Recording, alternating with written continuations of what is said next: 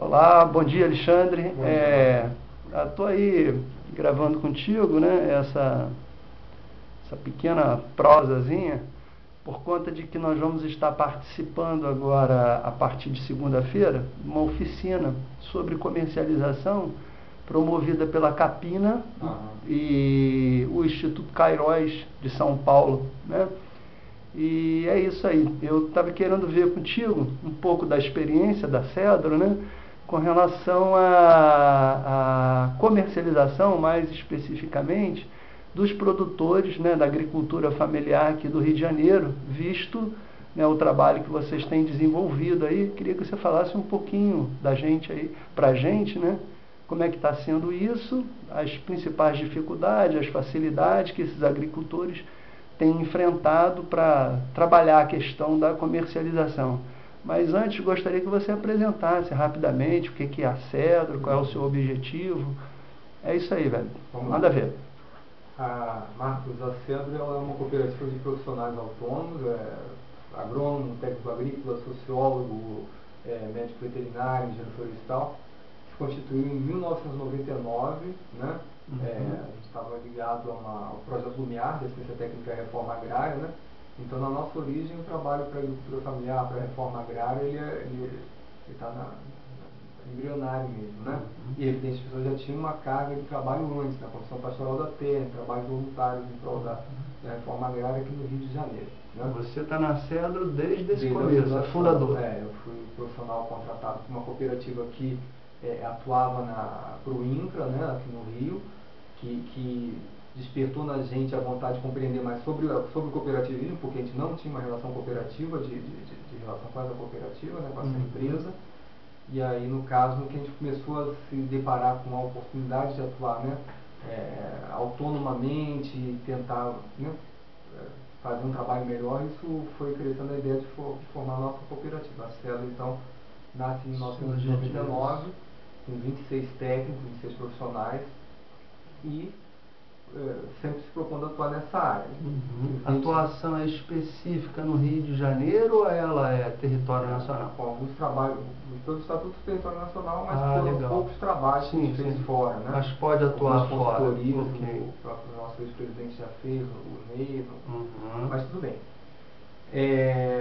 Esse papel, né, de atuar para a reforma agrária e para a agricultura familiar, nem sempre a gente trabalhou para o INCRA, né? A gente fez trabalho também com algumas prefeituras na parte da pesca artesanal também, lá, que legal. Alternativas de pesca pelo defeso, então trabalho de maricultura em Angra dos Reis, então, e Paraty, né? Legal. Então a gente, e trabalhos em parceria com a Pesagro, com a Embrapa Agrobiologia, a gente fez alguns trabalhos assim, sempre nessa linha de fortalecer a agricultura familiar, a reforma agrária e a transição para a agroecologia.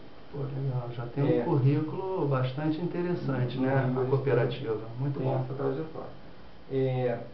O trabalho com a comercialização, ele está presente já na relação com o INCRA. Isso é uma coisa que me despertou muito antes de vir para esse projeto Nutri, que eu vou apresentar um pouco legal. dele, no Rio. A gente trabalhava lá com as áreas de reforma agrária. Eu trabalhei na região norte fluminense, no município de São Francisco da Bapuana, muita produção de mandioca para fazer farinha, né?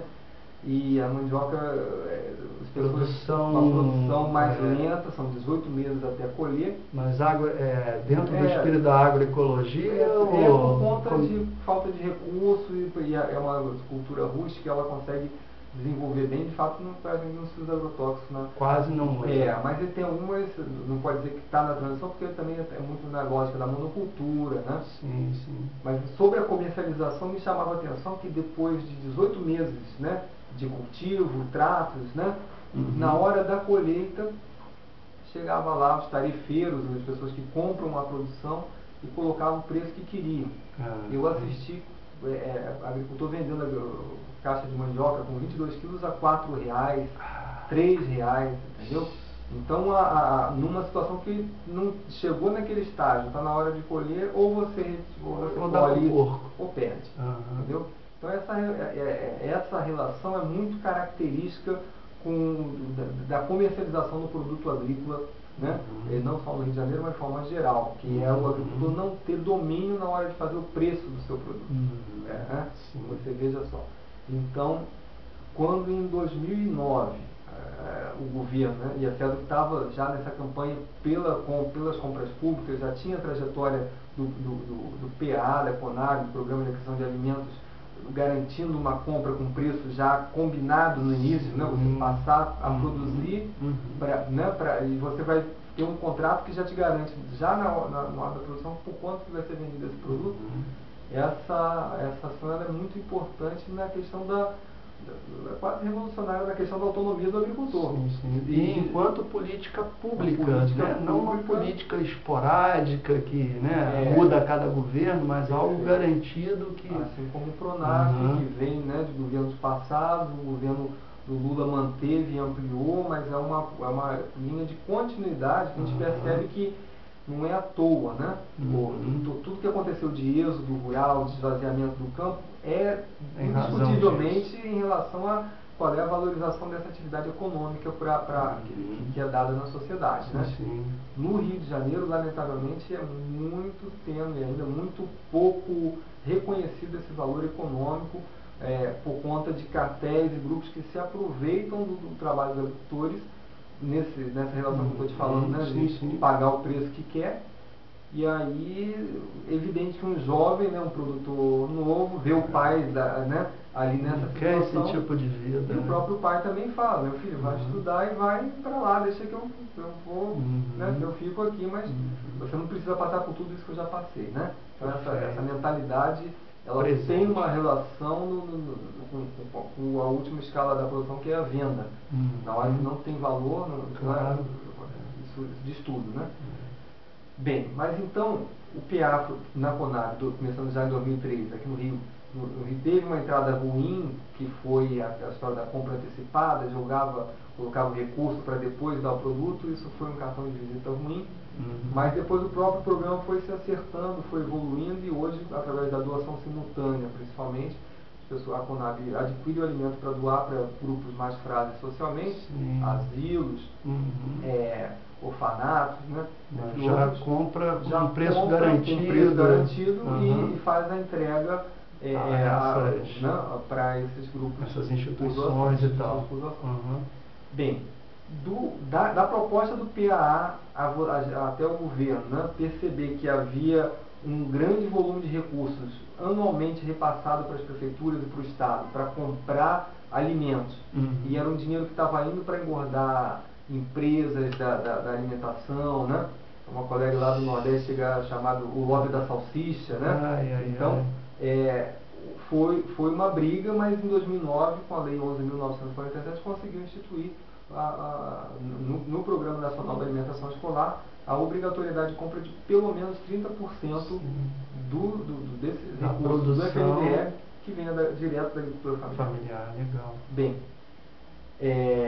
2009 passou, 2010 estava quase acabando e quase nenhuma organização, eu acho que não foi só no Rio, estava geral, estava conseguindo entrar.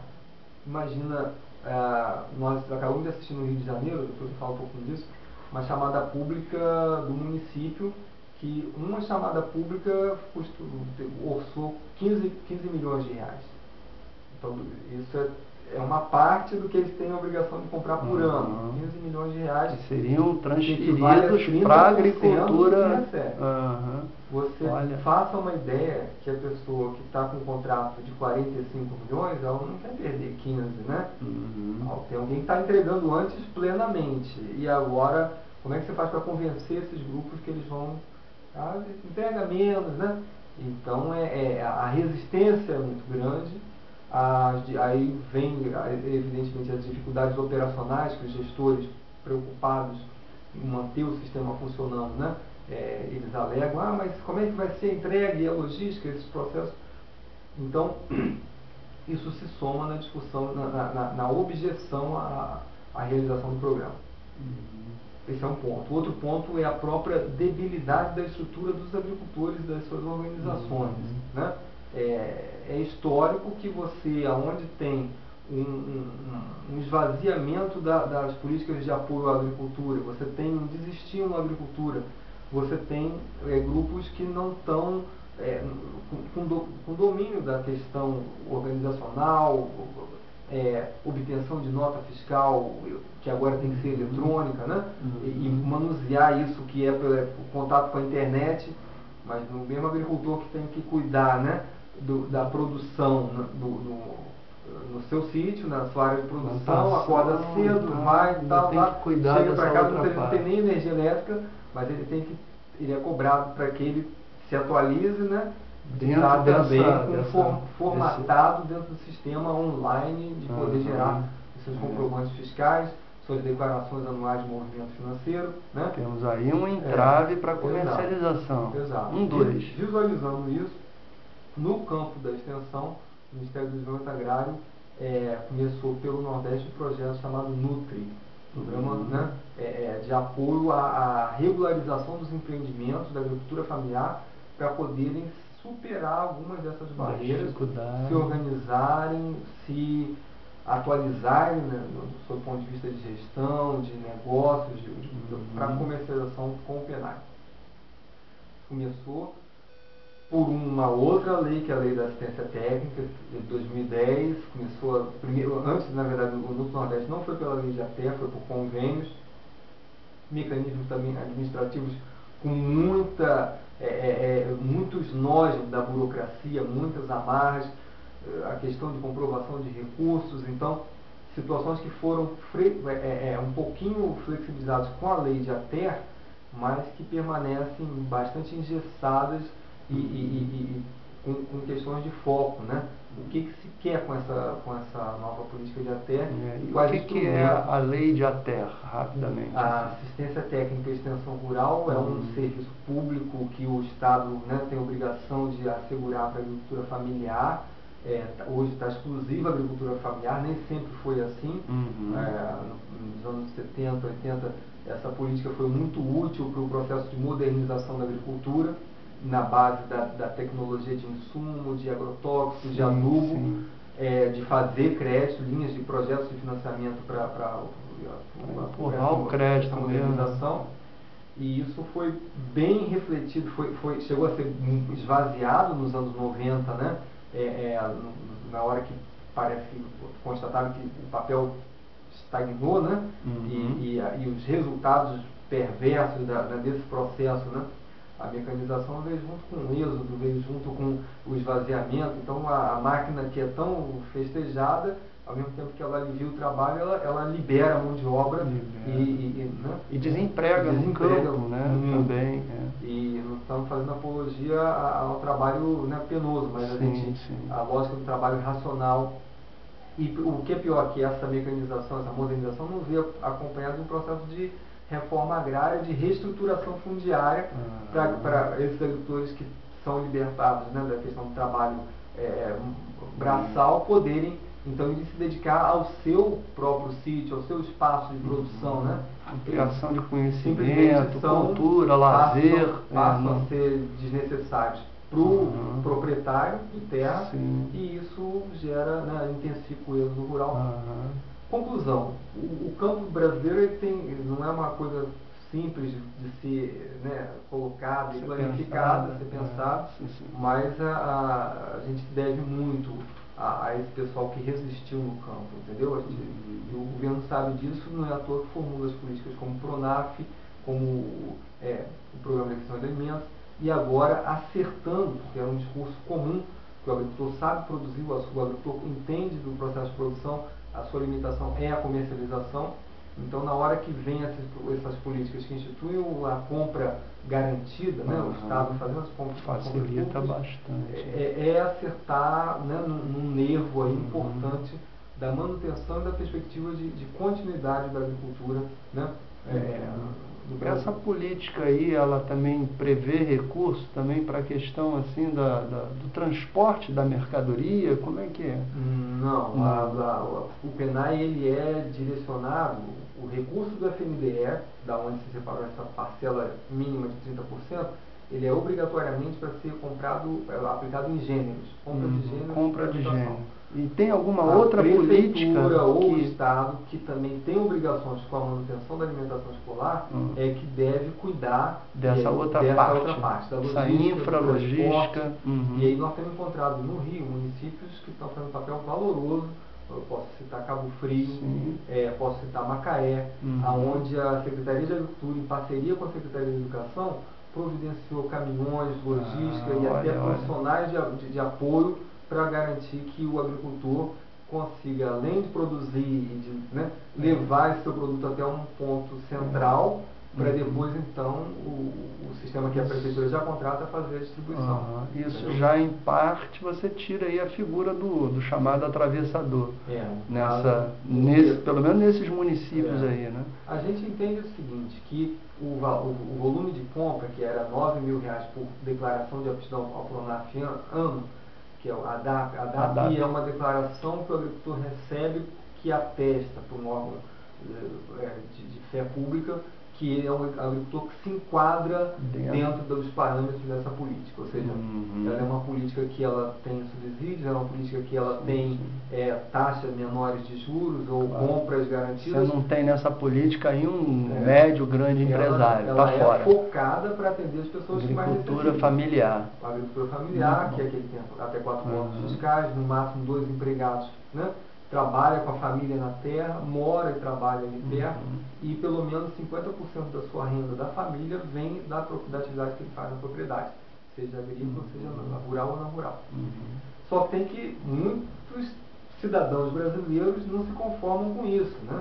O camarada, ele acha que, não, mas eu também vivo aqui com a minha família, eu também sou trabalhador, sou sério, meu pai teve que matar muito índio para conquistar essas fazendas, porque eu tenho 8.000 hectares de terra e porque eu tenho 50 pessoas trabalhando comigo, eu vou à igreja todo domingo, ninguém vai dizer que eu não sou familiar, eu sou familiar também, eu também quero entrar nessa então a política tem resistências também por parte de alguns. Ela é disputada por pessoas que não têm o perfil. Ela é disputada por pessoas que não se enquadram nesse nível de caracterização socioeconômica, financeira, que é o público da agricultura familiar. Bacana. Então são recursos que são disputados, né? Mesmo sabendo que existe o FINAME, existem as linhas de crédito. Teriam outras portas para esse grupo, né? Mas eles querem eles disputam. E se infiltram, né? Prejudicam bastante o trabalho, porque acaba, né, gerando aí uma confusão entre próprios gestores públicos. Sim, claro. Faz parte aí da luta da sociedade mesmo, né? Esse tipo de conflito. É um processo que vai existir por bastante tempo, até que as pessoas têm outro nível de consciência. O que acontece? A gente tem encontrado no Rio de Janeiro agricultores, e o Nutri, por exemplo, ele foi projetado para atender a 60 empreendimentos da agricultura familiar, né, dentro dessas características, e nós encontramos até mais do que 80. Chegamos identificamos em torno de 100 estabelecimentos entre associações e cooperativas da agricultura familiar, só que tem num nível, a maior parte deles predominantemente, num nível tão frágil de estruturação da sua organização, associações antigas que nunca declararam que são isentos no imposto de renda e por isso estão cheios de multa para pagar, não tem uma ata atualizada, não estavam a par da discussão da mudança do foco da DAP, a Declaração de Aptidão ao Pronaf, né? Foi constituída para ser um instrumento declaratório para acessar o crédito. Ela passou a ser utilizada para tudo quanto é política social. Para o PAA precisa ter a DAP, para o PENAI precisa ter a DAP, para se aposentar no INSS precisa ter a DAP. Isso é positivo ou negativo? Você tem alguma? Não sei se a gente pode fazer simplesmente assim, mas assim, né? Mas era uma relação que não existia. Na conta de garantir a aplicação correta dos recursos públicos, né, para aquele agricultor familiar que está com exclusividade de ser atendido, passou a ser cobrado com mais intensidade e não encontrou os órgãos de emissão, né, plenamente esclarecidos, motivados e instrumentados para viabilizar essa documentação Por outro lado, a própria questão fundiária no Rio de Janeiro, acho que aqui é 0,5% do território nacional, acho que no Brasil inteiro tem isso. As terras não escrituradas, as propriedades que são posses e que, né, a família mora ali, que não tem um documento que comprove a sua legitimidade de estar ocupando, né? E é impeditivo para a aquisição para obter essa DAP. DAP. Então, ou seja, o Brasil tão moderno, mesmo o Brasil que exige a internet para pessoas se comunicar online, participar dos editais e a nota fiscal eletrônica, ainda não conseguiu dar o título de posse da terra. Não é à toa que o Brasil é considerado, recente pesquisa aí, eu estava vendo ontem na televisão, um dos campeões de desigualdade. Não é à toa, né? Isso aí é só um reflexo dessa realidade. Como que é complexo, contraditório e desafiador para quem quer fazer gestão pública né, quer bem aplicar os recursos, porque são poucos recursos, tá bom. Então, da melhor maneira, né? Da maneira mais... Identificar a essência do problema. Então, já falamos aqui de alguns. A concentração do explorador, do cara que era o atravessador e que compra, paga o preço que quer pela produção agrícola. A concentração de terras na mão, né, de poucas pessoas, de famílias e tal, que agora querem se beneficiar dessa política também. Mascarar os documentos, a relação de posse da terra. Né? Então, tem pistas aí. Eu acho que, de novo, a questão da reforma agrária, para a gente poder chegar e pensar melhores condições de inserção de cidadania, de fazer agricultura, de fazer o comércio. Você tem que procurar olhar para o país, né, na sua...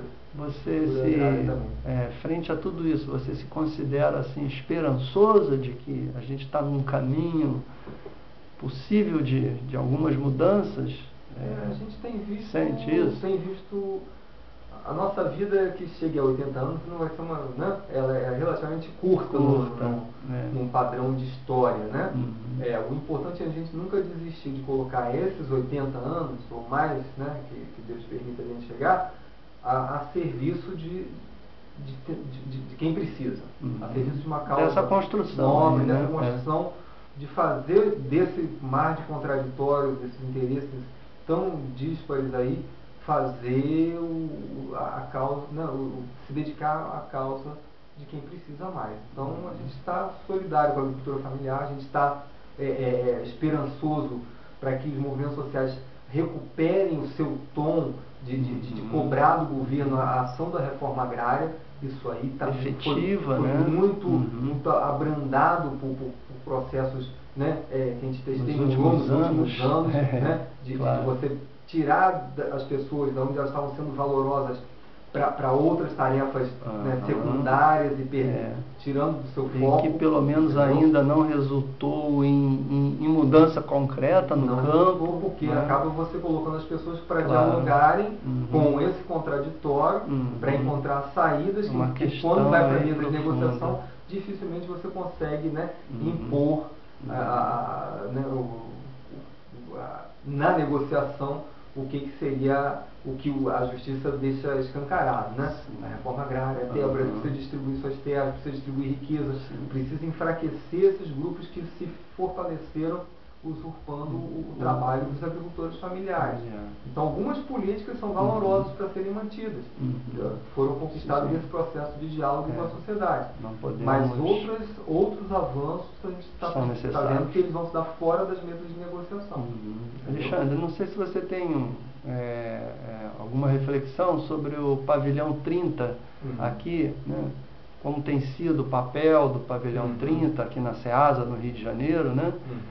Não sei se você tem qual a contribuição ou não que esse espaço na SEASA tem dado aí à agricultura familiar. Né? Você tem alguma... Eu tenho uma leitura de quem ainda quando estudante na Universidade Rural acompanhou o processo de debates para o surgimento do pavilhão 30, onde a gente tinha o pavilhão 21, que foi constituído para ser o pavilhão do produtor, plenamente invadido pelos atravessadores. Então, o que era para ser o pavilhão do produtor perdeu aquele papel. E de uma articulação de 3 organizações da reforma agrária do Rio, uma de Paracambi e 2 de Seropédica, né? Surgiu a ideia de usar os caminhões que eles tinham adquirido pelo Procera para viabilizar a comercialização direta na SEASA. E perceberam que faltava um ponto para isso. Então o pavilhão 30 ele surge disso com o nome de Pedrinha, porque é um espaço bem menor que os outros pavilhões, entendeu? A Pedrinha da SEASA é o pavilhão 30, e aonde durante uma boa época foi muito importante para o fortalecimento da agricultura familiar no estado do Rio de Janeiro.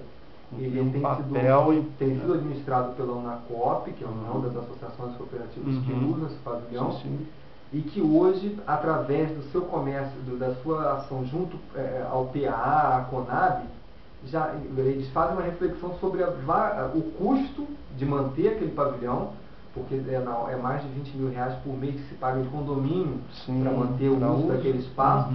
E hoje eles têm feito mais contratos através de um escritório e venda que já sai da área de produção e já vai entregar nos lugares que precisam.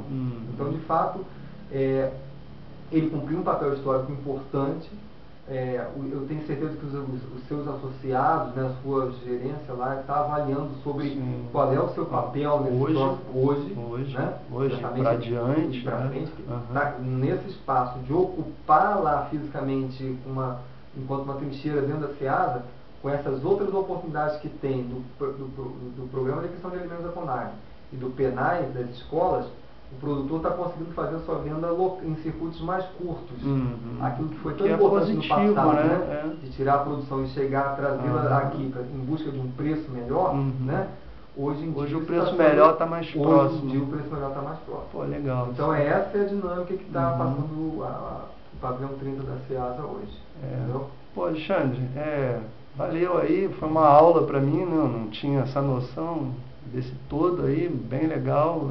Em 26 minutos aí já falamos, né, tantas coisas, bem bacana. Não sei se tiver uma palavra aí para a turma que vai estar reunida em Brasília. Não sei nem se nós vamos ter tempo de apresentar o vídeo. De qualquer forma, tem um registro aqui, vou te passar, né?